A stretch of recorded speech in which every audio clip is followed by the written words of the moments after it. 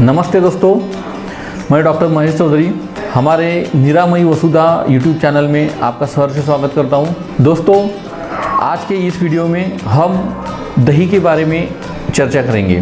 दही मतलब जिसे इंग्लिश में कर्ड कहते हैं और संस्कृत में दधी कहते हैं। तो ये दही के बारे में अष्टांग हृदय में कहा गया है, आम्लपाक रसम ग्राही गुरुष्णम दधी वात जीत मेधा शुक्रबलम श्लेष्म पित्त रक्ताग्नि शोफकृतम। ऐसा अष्टांग हृदय में कहा है।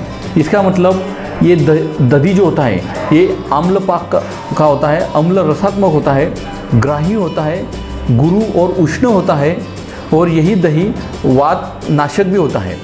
मेद की निर्मित करता है, शुक्र बल और श्लेष्म इनको बढ़ाता है, पित्त रक्त अग्नि इनकी उष्ण होने के कारण इनके भी गुण बढ़ाता है और शरीर में सूजन इससे सेवन करने से आ सकती है। शोफकृतम ऐसा अष्टांग हृदय में कहा गया है। इसका रस अम्ल मधुर कषाय होता है, विपाक अम्ल होता है, वीर्य उष्ण होता है और इसके गुण गुरु ग्राही और अभिसंधि होते हैं। अभिसंधि द्रव्य में दधी सबसे आगे है।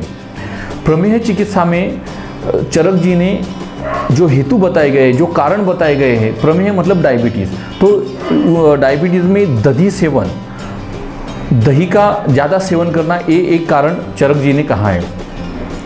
ये दही मतलब दही खाने के भी नियम होते हैं जो लोगों को, आम लोगों को मालूम नहीं होते हैं। तो ये नियम कौन से होते हैं ये जानना जरूरी है और बिना नियम जाने कोई भी चीज़ करना निषिद्ध है। शास्त्र इसे मान्यता नहीं देता है। तो अति दही पान करने से, अति दही खाने से मधुमेह, रक्तदाब और सांधों में दर्द, संधिवात जिसे बोलते हैं, तो ये बीमारियां पैदा हो सकती है। तो दही खाने के कौन कौन से नियम हैं, जैसे कि शरद, ग्रीष्म और वसंत ऋतु में दही का सेवन निषिद्ध माना गया है। रात के समय में दही कभी नहीं खाना चाहिए क्योंकि ये अभिसंधि होता है। रात में तमोगुण बढ़ने के कारण ये श्रोत्रावरोध करता है, इसलिए रात में ही हार्ट अटैक आने के चांसेस ज़्यादा होते हैं। इसलिए दही का सेवन रात में नहीं करना चाहिए। वर्षा, शिशिर, हेमंत ऋतु में आप दही खा सकते हैं, वो भी दिन में। और अगर दही खाना है तो उसको शहद के साथ, जिसे हनी कहते हैं, शहद के साथ, गाय के घी के साथ, खड़ी साकर, आंवला, मूंग का वरण सूप जिसे बोलते हैं, उसकी ये सब चीज़ों के साथ में आप दही पान कर सकते हैं। और अगर सिर्फ प्लेन दही खाना है तो प्लेन दही खाने से ज्वर, बुखार, रक्तपित्त, विसर्प, कुष्ठ, पांडु, भ्रम ऐसी बीमारियां उत्पन्न हो सकती है। दोस्तों, बहुत सारी पंजाबी डिशेस में हम दही को कांदा, लहसुन और टोमेटो के साथ में गरम करके उनसे अलग अलग तरह की डिशेज बनाई जाती है। तो एक्चुअली दही गरम करना शास्त्र में निषिद्ध कहा गया है। दही गरम करने से उसमें जो लैक्टोबैसिलस होते हैं वो सब मर जाते हैं और उसकी वजह से उसमें अम्ल गुण ज़्यादा बढ़ जाता है और वो विधाई बनता है, जिसके कारण अम्ल पित्त होता है। अम्ल पित्त मतलब एसिडिटी होने से फिर अग्निमांद्य होता है जो अपने एपेटाइज को ख़त्म कर देता है, कम कर देता है और इसकी वजह से स्थौल्य, मेदोरोग, ओबेसिटी होती है। और ओबेसिटी और अग्निमांद्य यही सब बीमारियों की जड़ बनती है।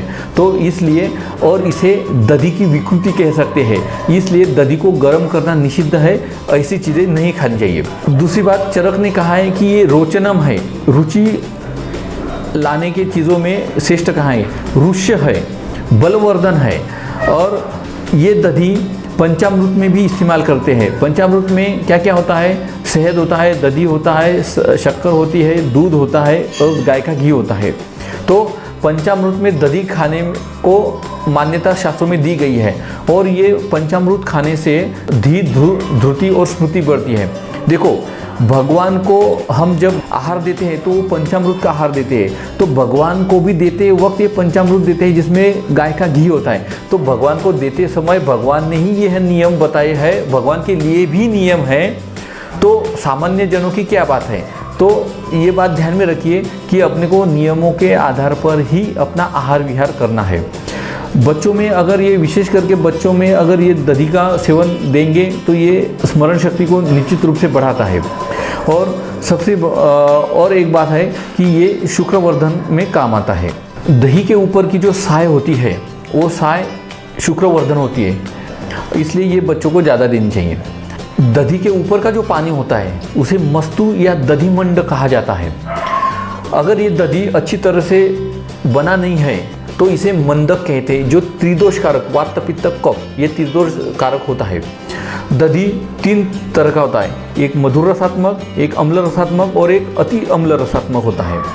और ये उसका जो रस होता है मधुर, अम्ल, अति अम्ल, तो ये वो दही कैसे लगाया जाता है, तो उसका लगाने से कितने काल तक उसको रखा गया है, उसके लिए जो विरजन इस्तेमाल किया है वो कैसा है और कौन से ऋतु में लगाया गया है, इन सब बातों पर भी उसके गुणधर्म डिपेंड करते हैं और उसके हिसाब से ही उनमें ये स्वाद पैदा होता है, मधुर, अम्ल और अति अम्ल। इस पे ये डिपेंड होता है। जो भैंस का दही होता है वो सबसे ज़्यादा अभिसंधी होता है और वो बुद्धिमंदकर होता है, इसलिए अगर आपको खाना ही है, खिलाना ही है तो गाय का ही दही खिलाइए। तो दोस्तों ये थी दही के बारे में जानकारी। ये जानकारी आपको कैसे लगी इसलिए हमें ज़रूर लिखिए। हमारे YouTube चैनल निरामयी वसुधा को सब्सक्राइब कीजिए, अपने दोस्तों के साथ में शेयर ज़रूर कीजिए और इस जानकारी का अपने जीवन में ज़रूर पालन कीजिए। नियमों के साथ रहिए और स्वस्थ खुशहाल रहिए। धन्यवाद।